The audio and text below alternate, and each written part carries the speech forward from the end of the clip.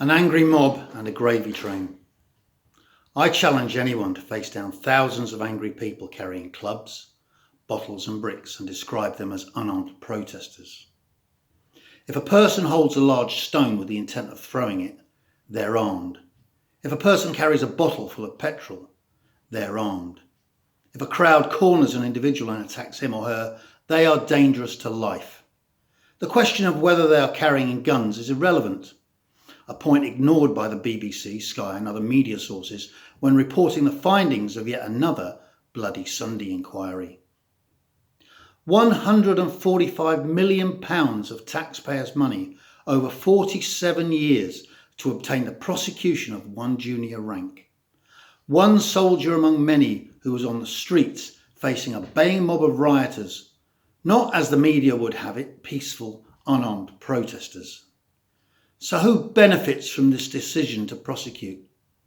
Certainly not those hoping for justice, because if justice was what they wanted, they would have to prosecute the politicians, the police, the march organisers, the military commanders, the IRA, the UDA, and those who attack the security forces.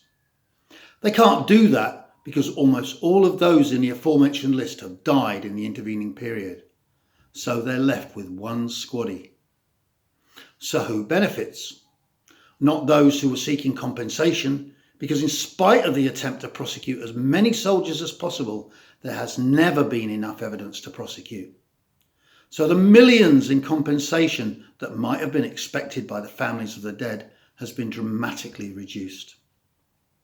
So who benefits? 145 million goes a long way where law firms are concerned. Win or lose, they come out on top. It's not a complicated scam. Find an aggrieved family, give them high expectations, and then drag the case out over as many years as possible.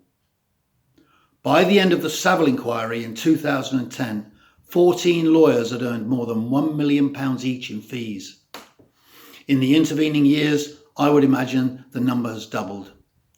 The feigned shock and horror displayed when it was discovered that lawyers were raking it in with fake cases from Iraq is simply a more recent version of that same scam. It is interesting that the latest investigation into Bloody Sunday has resulted in only one prosecution. I am tempted to think that this individual is a bone of appeasement, thrown to the wolves to prevent violence from breaking out again. The recent parcel bombs sent to different addresses in the UK were sent as a warning to the authorities by the IRA. Not a group claiming to be the IRA, but the IRA. They knew the secret code word that identified them to the media and the police.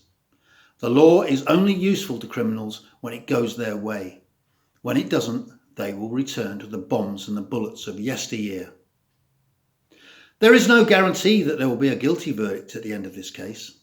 The case will drag out over the next few years. The defendant will get older and may well pass away. It will be interesting to discover why Soldier F has been singled out. The prosecution of Soldier F, whichever way it goes, will not be the end of the matter. The trough is now being filled with more cash to investigate the Ballymurphy massacre. And when that is over, there'll be another and another case to drag up from history. The driving force is easy money. It's akin to picking a scab from a wound that can never heal. If the UK is to draw a line under the decades of violence in Northern Ireland, then the first step must be to cut off the funding for these spurious cases.